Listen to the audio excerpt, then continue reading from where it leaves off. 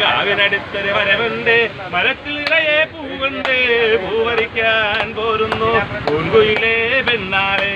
അച്ഛൻ കോവിൽ പോയാല് അമ്മ വിരുന്ന് വന്നാല് ആടി പാടി പോരാമോ പൂങ്കുയിലേ പെണ്ണാളെ. ആ പൂങ്കുയിലേ പെണ്ണാളെ കവിത എങ്ങനെയുണ്ട്? ഓടിത്തളരേണ്ട ഓമന പൂമുഖം പാടിടേണ്ട, ഓമന പൂമുഖം പാടാതെ സൂക്ഷിച്ചാൽ ഓമന സുന്ദരേ. എടാ ഇവനാരത് കേറി